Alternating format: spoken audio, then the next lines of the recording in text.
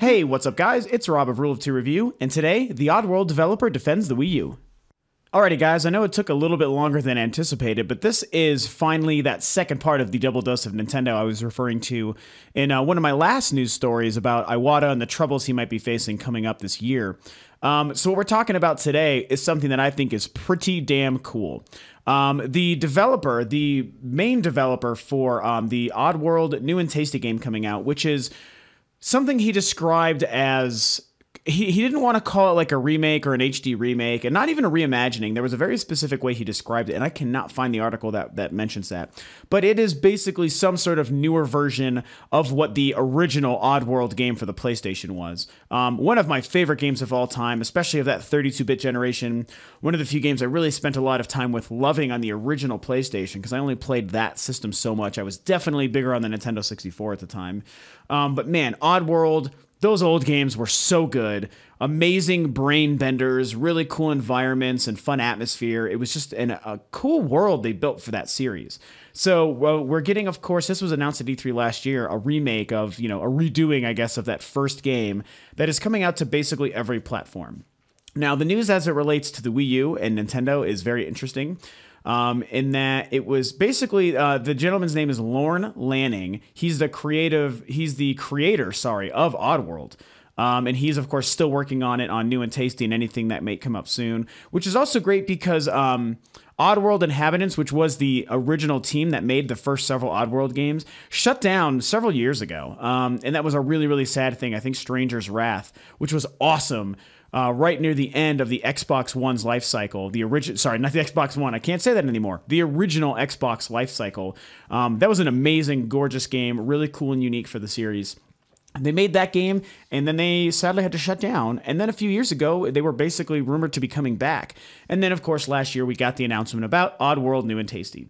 So it's coming to every platform, including the Wii U. And what's really cool is there's an article on IGN, which, of course, is where I get most of my news, where he kind of mentions wanting to support the passionate audience of the Wii U.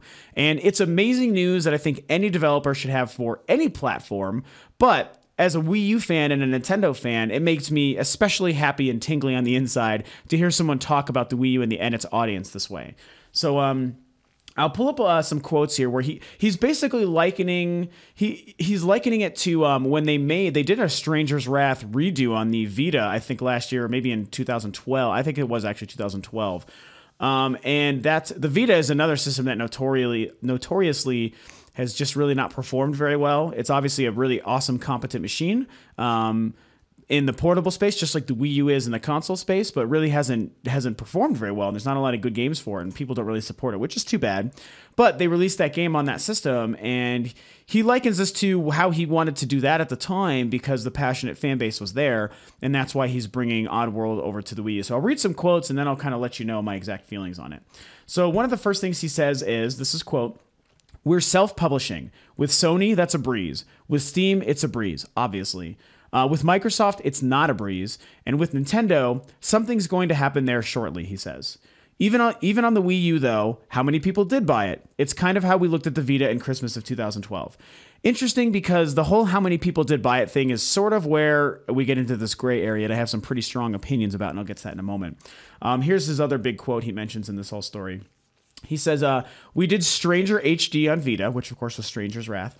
And the publishers were kind of snubbing Vita at the time because there wasn't enough installed base to move their dial.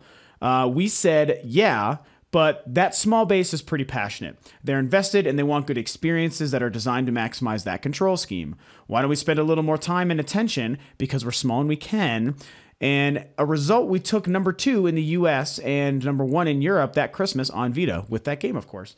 So that's amazing. That's exactly how anyone should look at this kind of stuff. He was willing to say it's not so much about the numbers here, it's about that platform, the people who own it and love it and support it, and the fact that it can provide for us unique experiences that we should play to the strengths of and make our game available for that. That fucking blows my mind. I mean, this could be the only man and the only studio that possibly looks at gaming in this pure of a way. That is exactly what gaming is about. And I love the fact that the Vita, the least best-selling system of anything on the market right now, they made their game for that simply because people would love it. And there was a unique control scheme available to them if they did that. That is amazing. This guy should win a Nobel Peace Prize, seriously.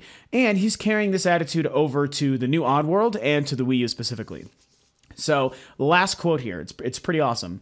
He says, so far we've had 0 on Nintendo. We've had 0 brand visibility on Nintendo since day one. We've never built for Nintendo. Today, we're looking at it and we say, we'll get over to the Wii U. As a business model, it might not make complete sense. I actually disagree with that statement.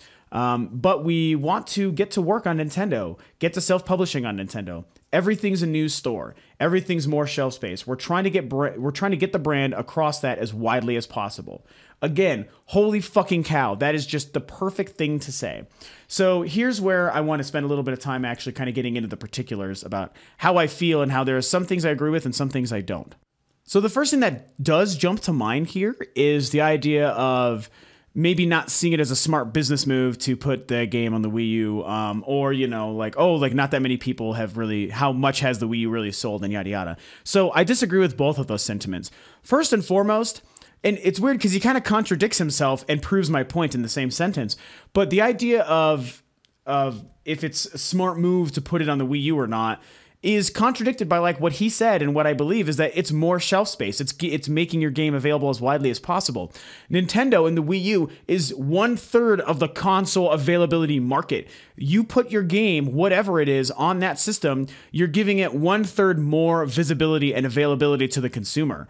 And you're also making available one of the 3 platforms and companies who are generous enough to provide a platform for you to make your game available on.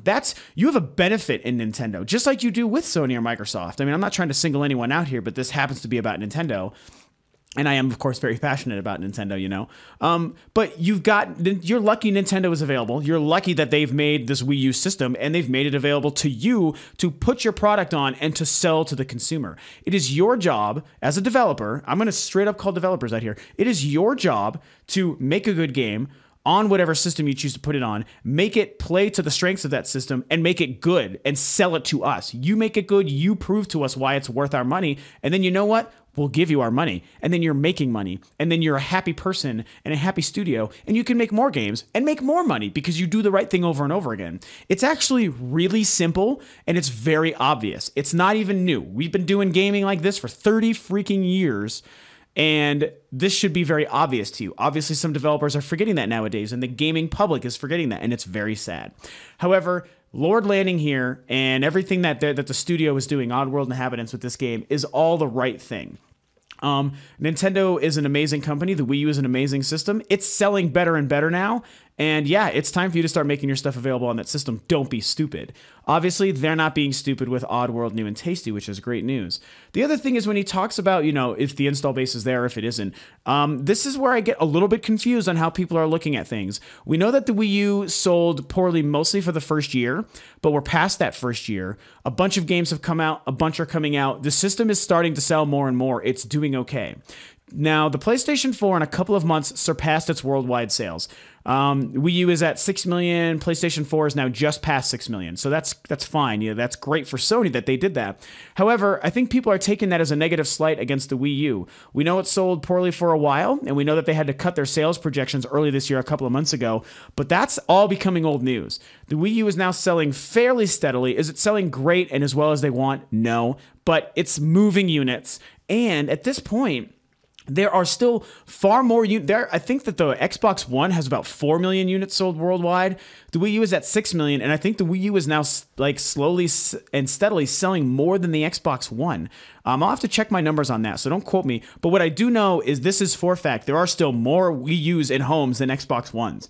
So there's no reason to say the Wii U is the one with the struggling install base, whereas the Xbox One, regardless of how recently it came out, still doesn't have as many units in people's homes. And the sales for that are slowing down.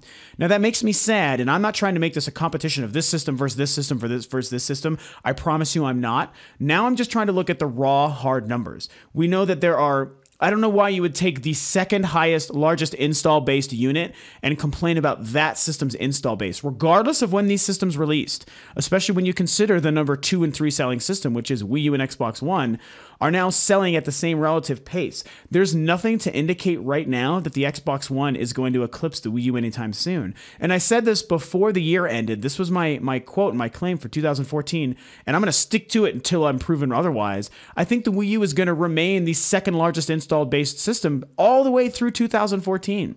I think that the PS4 will continue to sell the most and probably be the number 1 owned console of the 3, and the Wii U is going to remain number 2. I do not see the Xbox One eclipsing it this year. Obviously, Titanfall is going to help, but I don't think it's going to make a difference, and that's just the way it is. So why would you very happily and proudly say, oh, the number 1 and number 3 selling console, and then, of course, Steam, easy, we're going to make our game for those, no question about it. But the number 2 selling system, that's the one we're not sure about. I mean, it's just the simple math. When looking at it from that perspective, it makes no sense. And it's just unfortunate. It's indicative of the very strange mindset the industry and gamers are in, where they don't understand that. And Nintendo, I know they purposefully set themselves apart from the competition in that respect, but in this particular conversation, they're not apart from the competition, but people still keep them that way. So they only look at the Wii U in this very particular sort of bubble, where the fact that it's sold more than the Xbox One and is continuing to do so doesn't seem to matter. And it's viewed as its own thing. And in that, people view it in a negative and unsuccessful light. And I don't get that. Like, the negative imagery of the Wii U is slowly going away. It hasn't 100%. Nintendo fucked up a lot and has a lot of mistakes to make up for. I totally get that. You know, it's a very true thing. But we're getting to that point where we're getting past that stuff. When you look at its library already available and forthcoming, and the fact that it's slowly moving more and more, and it's still selling more than the Xbox One, like, what the hell could anybody possibly need to understand that the company and the system are finally doing okay? It's blatant. And the fact that gamers and a lot of developers and publishers can't recognize this, it blows my mind. And I know that this is not the Nintendo fan in me seeing this. It's the straight up, hardcore, blatant, blinding, obvious facts. That's what it is. So anyway, I'm starting to get heated and passionate like a fanboy, like the wrong kind of fanboy, I should say. And I don't want to be that guy. That's not the purpose of my video, so forgive me. I just get very passionate about this, especially because we're just looking at obvious facts, and I can't stand the ignorance of people who look at facts but can't really acknowledge them and can't process them and then act accordingly on that. It just blows my mind. So anyway, the purpose of this video, of course, was to be positive, and at the end of the day, the most important thing is, A, Oddworld New and Tasty is coming to the Wii U like promised. It's coming to every platform. Great. I will be purchasing it and buying it on the Wii U and supporting the eShop and Nintendo. And Oddworld and the team, Oddworld Inhabitants. Thank you guys to Lord Lanning and your team and your guys' amazing perspective and view on game development and how to support systems and build to the strengths of each. Thank you. You are a shining example. You are a beacon of hope within the industry, and you are showing up every single other developer. It's embarrassing. Every other developer, in my opinion, you may disagree, but my opinion, every other developer should be completely embarrassed and ashamed of themselves that they don't look at things this way. And like I said, I don't care if you're talking about the Wii U, the Vita, Steam, Linux, the Xbox One. Everything does great things in different ways, and we should all be happy to support it. And most developers are not looking at things that way anymore. It's all about the bottom line, the bottom dollar, the biggest bang for the visual buck, you know, not the actual buck, because that is always a good thing. But and it's just wrong. It's just wrong. People are doing things wrong. So, you know, Oddworld Inhabitants and Lord Landing, one small self-publishing company who are doing everything right and making all the other big guys look like complete and utter fools, in my opinion. Everyone else, you look like fools because you're not doing things the way you should be. And, excuse me, that's really a shame. It's a shame for you guys, and it's a shame for the industry, and it's a shame for us gamers. So, you know, at the end of the day, that's kind of the deal. So those are my very heated, passionate, but still positive words and thoughts on everything going on. So I'm really glad for this news. I can't wait to get Oddworld. No release date confirmed yet, but we do know that if they sell 250,000 units of Oddworld New and Tasty, which they say units, and I find that curious because I thought this was a downloadable game. Maybe it's going to be a retail game. I will poop my pants with excitement if it's a retail game. You guys should know, Oddworld Inhabitants, you'll never watch my video. But if you do, I would gladly pay a little bit more for a retail copy than to download it. That's just how I want my games. I don't want to download shit. I will download this, of course, if that's how it's available. But if you make it available in a box, I will buy it. And if it's $5 or $10 more, I don't really care. It's worth it to me. That's just me personally. So regardless, they sell 250,000 units. They've confirmed they'd be able to do a redo of Oddworld Abe's Exodus, which was the second Oddworld game for the PlayStation. That would be great. And apparently, according to the IGN article, which of course I'll link below, if they sell double that, they'll be able to fund a whole brand new Oddworld game. That is the dream. That's what we need to shoot for, guys. So let's make that happen. Alrighty, guys. Well, that's all for the Oddworld, Nintendo, and Wii U news for today. Something pretty cool I've been doing on the channel lately, you might have noticed, is I've been doing myself a walkthrough of Metroid Fusion on the Wii U's Virtual Console, because Game Boy Advance games just became available on the Virtual Console, which is really cool. And to mark the launch of that, one of the games they released was Metroid Fusion. Metroid is my favorite series. Samus is my favorite character. Fusion is one of my favorite games, so I've been very happy to be playing that. So I've started a Let's Play series, the first I've ever really done. So I'll only do a couple episodes. If it's a hit and people like it, I'll keep doing it, and maybe I'll start doing other games. So, that brings me to my next point. If there's any games you want me to start playing, or Mr. Chad, who's doing Dark Souls 2 currently, or if there's any news stories or anything you want me to do, feel free to let me know. I like the idea of kind of following up on your guys' suggestions. Whatever it is you care about and you want to maybe hear me talk about and hear my opinions about, I would be very happy to do so. That stuff really excites me and makes me feel good that you would be curious about my personal opinions and perspective. So yeah, feel free to give me a shout out and let me know what you think about, the Let's Plays, what games you want me to play, and what stories you want me to talk about. And of course, if you like what I'm doing and you like Rule of Two Review, then you should please feel free to subscribe to the channel, like and share the video, follow the links below for the Facebook page and the Twitter page I have for Rule of Two Review, and I'll be doing contests and stuff, giving away free prizes. So the more people who like the Facebook page and subscribe to the channel, the better for everybody. That's a wonderful thing.